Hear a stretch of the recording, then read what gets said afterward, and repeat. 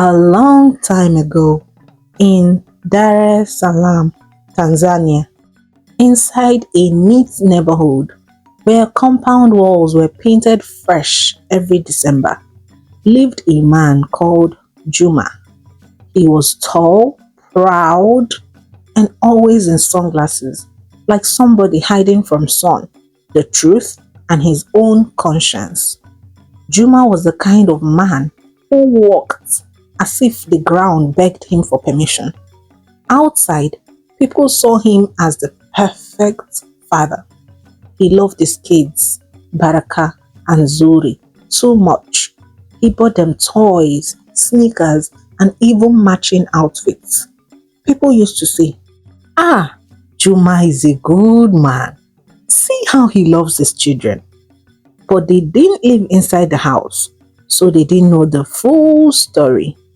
Because the same Juma who treated his kids like gold treated his wife Asha like a discarded sandpaper.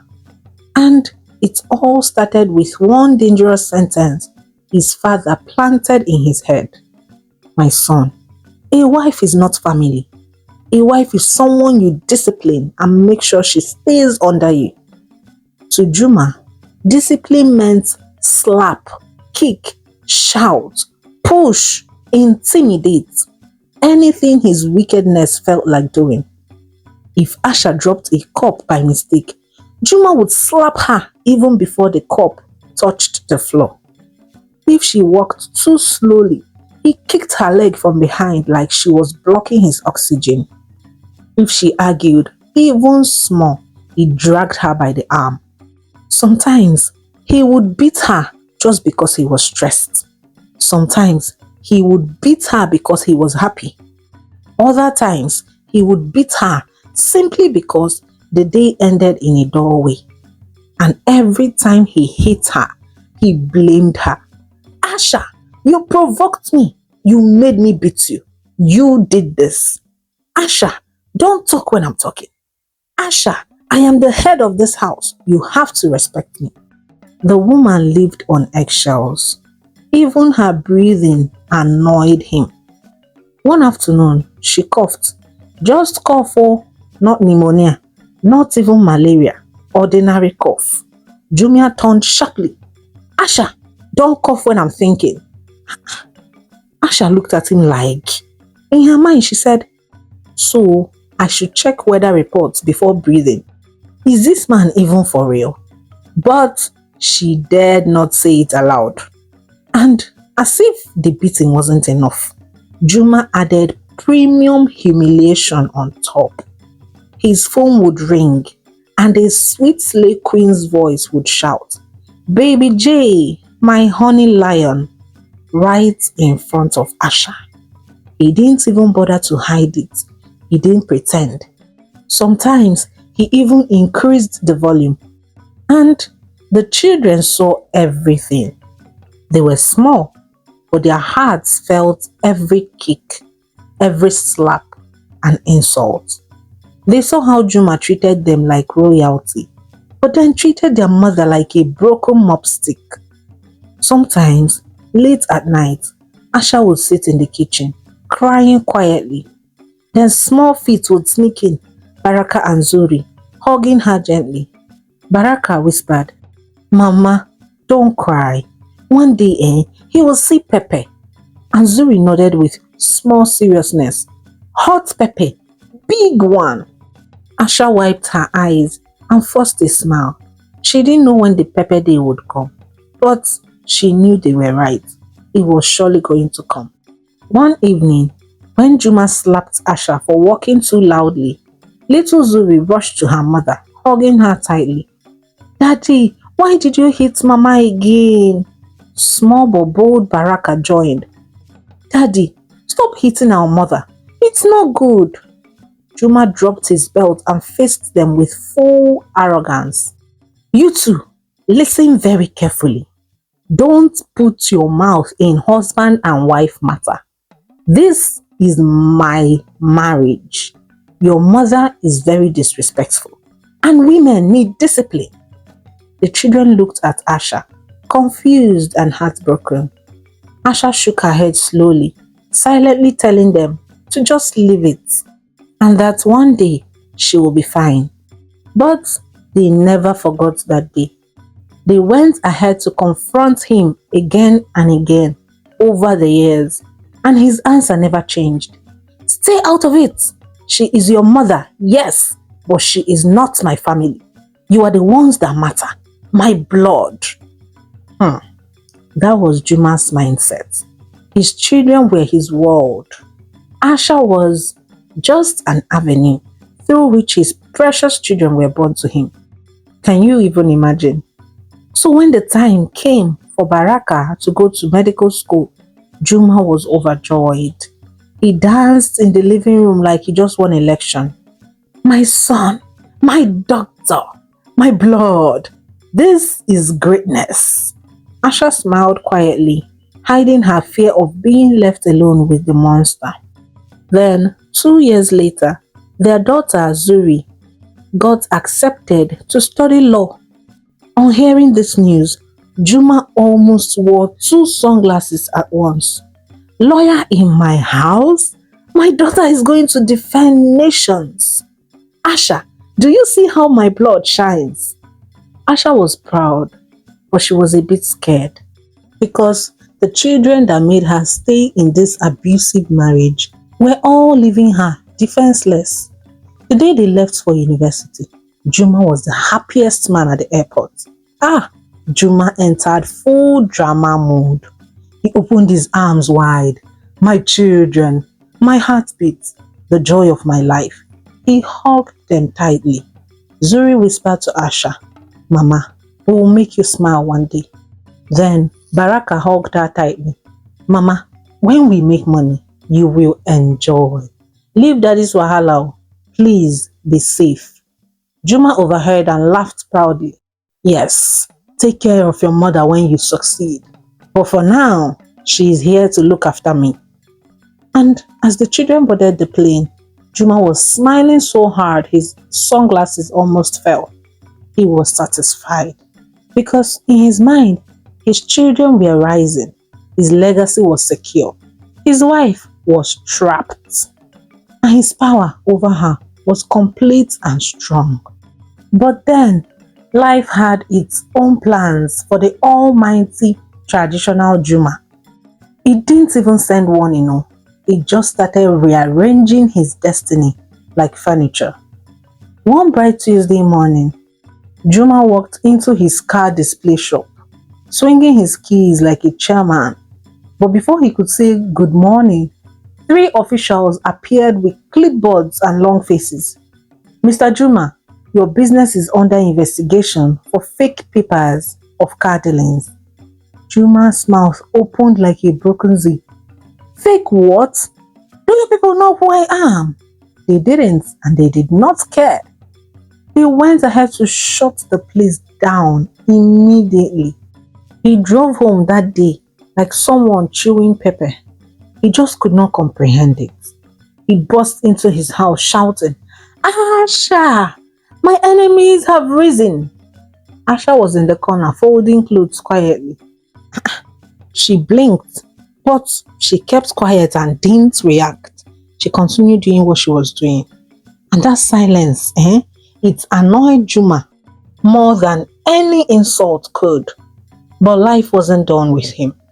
2 days later, his beloved side chick, Nima with the long lashes, disappeared with the emergency money he was saving in her account. The same money he refused to keep in Asha's hand. A very stupid man, I must say. He dialed Nima's number. It was switched off. He checked Instagram, but she had blocked him everywhere. Juma threw his phone on the sofa. Is this how heartbreaks feels? Somebody hold me before I wound myself. Asha looked up slowly, then looked away, decided not to ask him anything so as not to get a well-cooked transfer of aggression. But low-key, she enjoyed watching his world fall apart. Another week passed, and the bad news refused to rest. His small rental apartment The one he told the whole neighborhood about collapsed during roofing. It collapsed completely, like flour falling from a torn bag. Juma rushed to the side, screaming, "Who built this thing? Who is the engineer? Is it Biscuit?" The contractor was nowhere to be found. Workers had vanished like smoke. Juma stood in front of the fallen structure, holding his head with his two hands, spinning slowly like a confused ceiling fan. That night, he sat on the sofa in the darkness, whispering to himself, "What kind of spiritual flogging is this? Who did I offend? Who is following me? I have nothing remaining, just like that." Asha passed by quietly with a bowl of water, looked at him, and went on her way casually. She didn't even ask him, "Are you selling or are you auctioning?" And let me tell you, that calmness, it hit Juma harder than thunder. Because for the first time in his life, his wife, the woman he used to shout at, was watching him silently like live CCTV, watching his life fall apart. Then, as if life was tired of warning Juma slowly and gradually, he decided to give him one hot slap of destiny. One Saturday afternoon, Juma got information that his darling side chick, Nima with the sharp eyes, was spotted at a shopping mall carrying a brand new car. Juma immediately thought of the emergency money he gave her. And so he jumped into his car immediately, shouting, "Asha, I'm coming! My money is about to rise again! Yes!" Asha, who was washing plates, just nodded quietly, because by this time, nothing surprised her again. Juma drove like someone possessed. He zoomed through traffic, sweating and shouting, "Nima, you thief! Come back here with my money, you stupid girl!" As he approached a corner, he saw her, and there she was, crossing the road with her fine wig bouncing like she was in a shampoo advert.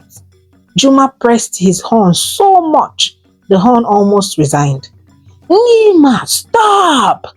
But instead of stopping, she increased her walking speed, small jogging mixed with fear. And that was how Juma increased his speed as well. He forgot he was in Dar es Salaam. He forgot brake was invented. And the next thing was, wah! He crashed straight into a tomato truck. Tomatoes flew into the sky like graduation caps. Some landed on his windshield. Some entered the car. One even sat on his chest like a badge of shame. Juma passed out.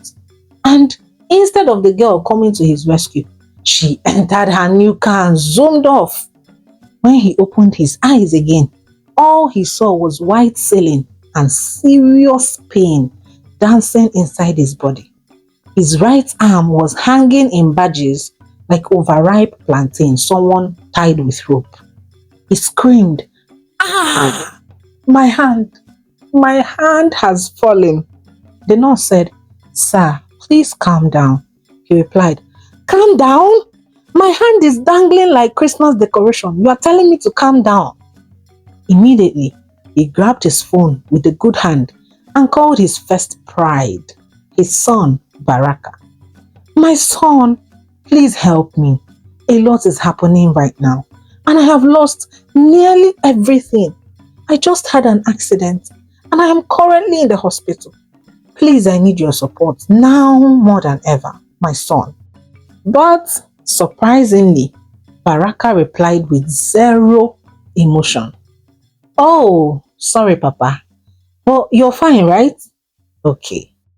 Please, sir, call your slave queens, your side chicks. Daddy, they should be there with you, and they should be able to organize a GoFundMe for you, so they can come up with something to support you. I currently do not have any money to give you right now. Shishi, I don't have." Juma blinked like a confused tortoise. He called Zuri immediately. "Zuri, my lawyer. Daddy's baby. Daddy needs you." Zuri just replied softly, "Daddy, mommy is all you have now. Okay? When you told us not to interfere in your marriage and used it as an excuse to abuse our mother every blessed day. We couldn't stand your selfishness and your bad behavior. And now, you need us? Nah, you don't. Sort yourself out, old man. And good luck with your wife. And she ended the call, just like that. Juma stared at the phone as if it turned into a shark in his hand. Ah! Even my children have joined Asha's village meeting. What is all this? The nurse asked, Sir, is any family coming? Juma replied with a shaky voice, yes, but the person coming is the same person I used to oppress. And for the first time in his life, he felt real fear from the thought of Asha walking into that hospital and seeing him helpless. Life had finally turned the table around, and this was only the beginning. When Asha finally walked into the hospital, even the walls greeted her with respect. She entered with calmness, but inside that calmness was a storm that had been waiting for years. Juma saw her and almost fainted again. His voice shook like engine with low fuel. Asha, my wife, my love, please. Asha didn't even listen to him. She didn't answer him. She stood by the bed, looked at the hanging plantain arm and nodded, like a soldier inspecting a target. 3 hours later, she signed the papers, paid the bills, and took him home in the most interesting way. She dragged him out of the hospital like a rescued stubborn goat. The nurses watched in fear, but who would stop her? Back home, Juma expected forgiveness, pity, tenderness, and even warm food. But the moment Asha locked the door behind them, bam, the atmosphere changed completely. Asha turned slowly and gave Juma the look of a woman who had stored wickedness in a freezer for 20 years and had now brought it out to defrost. From that night, General Asha resumed duty fully. First, very early in the morning, Juma had barely closed his eyes when he felt water on his skin. Juma, wake up! He jumped up like someone touched by electric wire. Water was dripping down his face. Time to sweep and clean the floor. Get up! Juma blinked. It was still dark. Asha, it's just 4:30 a.m. She raised her eyebrow and said, and so, I used to start my suffering before sunshine too. So, get up! The almighty respectable Juma got up, picked the broom with his good hand, and Asha shouted, Good boy! Now sweep this whole house, squeaky clean. Juma winked like a small goat and started sweeping. After that, he dragged himself to the kitchen, opened the pot and met cold ugali, stiff like cement, burnt beans sticking to the pot like glue, and half of a chicken wing. He couldn't even tell if it was chicken or pigeon. Asha stood by the kitchen door looking at him. That is your food for the whole day, so you better start eating before it gets spoiled. Juma was very, very heartbroken. And then he started eating the food sadly, like a lost puppy, because he didn't have any choice. Asha could finally breathe and relax in her own home. And better still, she was doing it while still getting the satisfaction of a revenge. One afternoon, she told him, Juma, make sure you wash all those plates in the kitchen. In fact, pack them and go outside so that they will not spill water in my kitchen. Oh yes, and so that everyone will see that my darling husband is finally helping me out in the kitchen. And then Juma replied, Please, Asha, my hand is paining me, and washing with one hand is very difficult for me. Asha didn't even say anything. She quietly walked to their bedroom and returned holding the same belt he used to beat her with. She landed one stroke at his back and he let out a loud "Ow!" She then dangled it right in front of his face and said, "Juma, I don't have patience, so don't test me.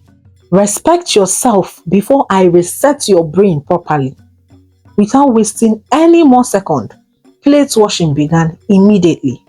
And as he washed outside, neighbors gathered to look at him. Some pitied him, while some laughed heartily, enjoying the fact that finally the tables had finally turned around. Then, as if Asha was just getting started, one morning, Juma was sweeping too slowly and too gently.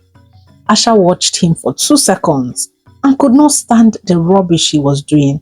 She walked inside and came out with a big bucket of cold, chilled water. And then, wah! She poured it on his head without warning. Juma screamed, "Ah! Asha! That is cold!" The neighbors opened their windows and peeped. Asha shouted, "Move faster! All the speed you used to hit and abuse me, where are they? My friend, don't waste my time." Every day, Asha made him sweep the whole compound with that one good hand and the half-broken arm dangling like bad network. She followed behind like a strict supervisor. "Sweep under the carpet. Oh yeah, sweep behind the bucket. Sweep your wickedness away, stupid man." Juma bent so low to reach corners that even ants pitied him. By the time he finished sweeping, his arm was shaking like generator in rainy season. But Asha did not care. She would point at the bathroom next and say, "Go and scrub. Use your hand well." And Juma would kneel there like a tired houseboy, scrubbing small, praying his wife would forgive him one day. Asha didn't keep her revenge private though. No, she broadcasted it live. Whenever he walked past her, she announced loudly, "Look at Tanzania's former king of side chicks. See him now, sweeping like a houseboy." Neighbors laughed so hard, one woman almost choked on her mandazi. Children in the compound whispered, "What happened to Uncle Powerful? He looks like a wet chicken these days."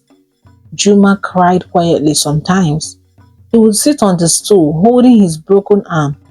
Asha would then walk past him and say, "Don't cry, oh.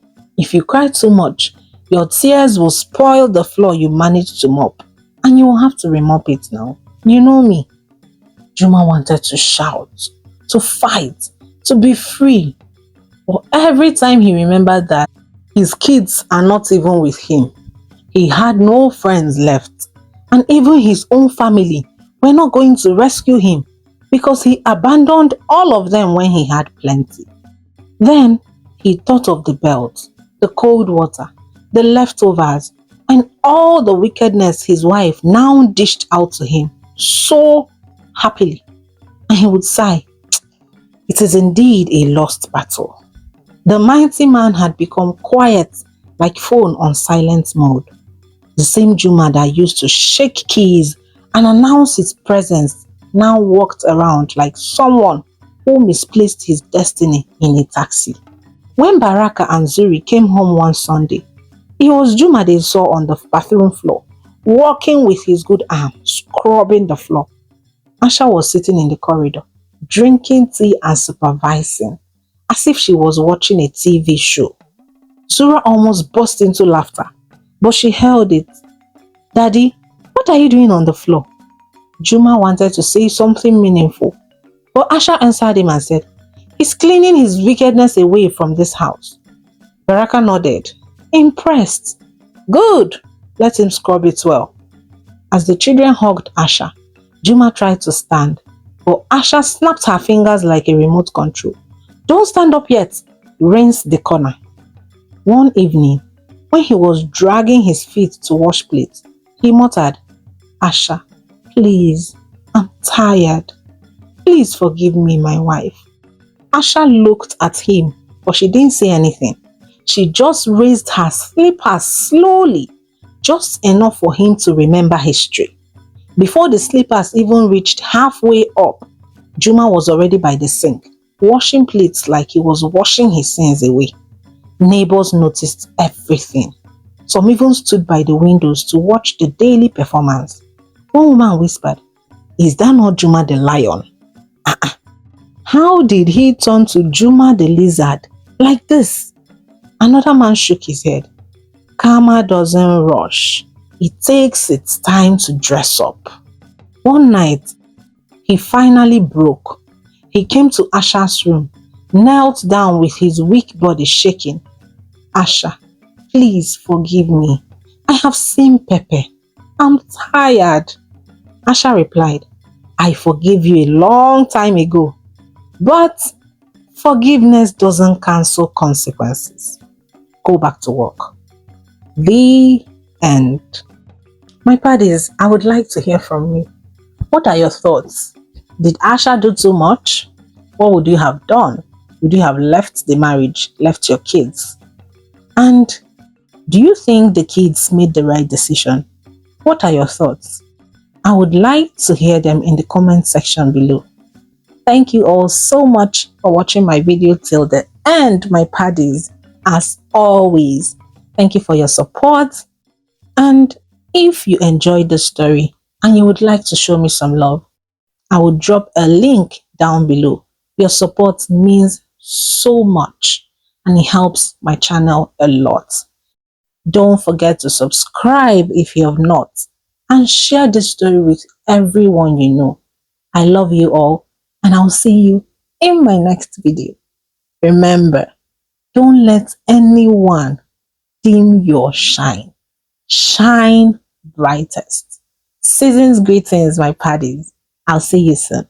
Ngwanu. Bye.